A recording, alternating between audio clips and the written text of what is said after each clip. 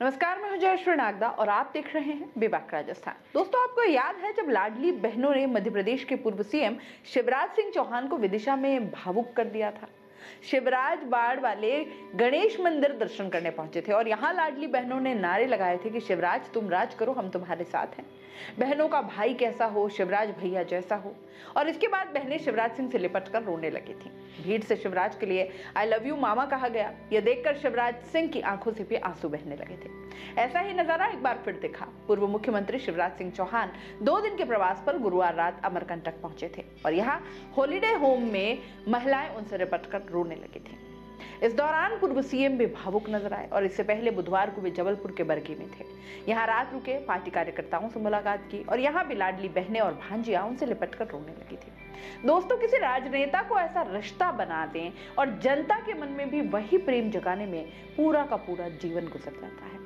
जनता को अपने काम के साथ साथ स्नेह की डोर से बांध कर रखना कोई विरला ही कर सकता है और शिवराज सिंह ने ये करके दिखाया है। उनका वो मोह आज भी जनता छोड़ नहीं पा रही है।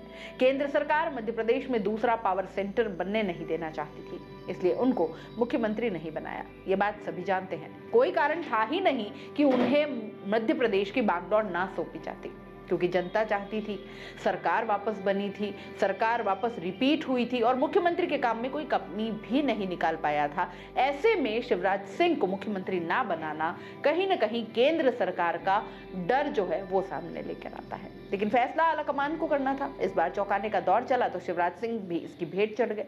लेकिन कहा ना, केंद्र से केवल मुख्यमंत्री के पद से हटाया जा सकता था, जनता के दिल से नहीं। और यही बात पूर्व सीएम शिवराज सिंह ने भी कह डाली। उन्होंने कहा, मुख्यमंत्री के पद तो आते जाते हैं, लेकिन मामा और भाई का पद कभी कोई छीन नहीं सकता।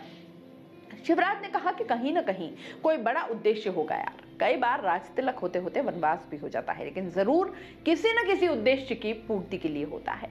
अब शिवराज ने यह बात मंगलवार को बुधनी के शाहगंज में भाजपा कार्यकर्ताओं से कही। उनकी बातें सुनकर लाडली बहनें गले लगकर रो पड़ी। शिवराज बोले कि चिंता मत करना, मेरी जिंदगी आपके लिए, जनता जनार्दन के लिए, मेरी बहनों के लिए है, मेरी बेटे और बेटियों के लिए है। इस धरती पर इसलिए आया हूं कि तुम्हारी जिंदगी में कोई तकलीफ ना रहने दूं, तुम्हें छोड़कर कहीं नहीं जाऊंगा।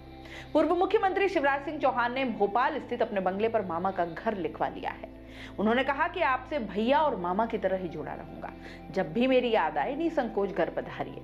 पूर्व सीएम शिवराज सिंह ने कहा कि मैं बहुत गंभीरता से कह रहा हूं, तुम्हें छोड़कर कभी नहीं जाऊंगा। क्या इतने छोटे बच्चे कभी सभा में आते हैं? ये अपने मामा के लिए आए हैं। बहनों की योजनाएं भी जारी रहेंगी और भांजे भांजियों के कल्याण में भी कोई कसर नहीं रहेगी। चाहे गरीब हो, किसान हो, हमने जो कहा है वो करेंगे। लाडली बहना के लिए जो कहा है वो करेंगे। सरकार बीजेपी की है, कांग्रेस की थोड़ी है।